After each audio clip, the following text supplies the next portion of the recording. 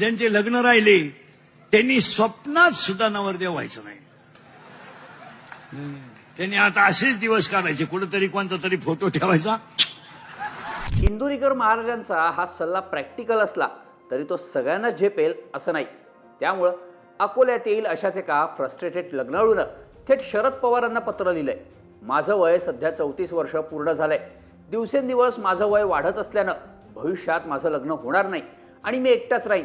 तरी माझ्या जीवनाचा विचार करून मला नवीन साथीदार पत्नी आपल्यामार्फत मिळवून द्यावी अशी मागणीच त्यानं पवारांना केली आहे. आता हा विषय चेष्टेचा वाटत असला तरी अलीकडच्या काळात मुलांची लग्न न जमणं हा गंभीर सामाजिक विषय झालाय.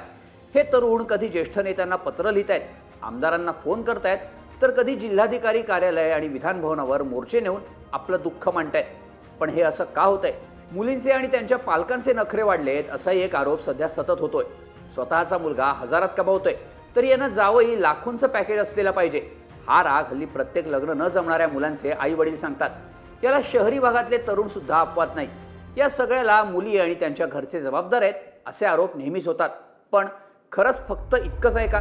पूर्ण व्हिडिओ बघण्यासाठी आमच्या HBT मराठीच्या YouTube चॅनलला नक्की व्हिजिट करा.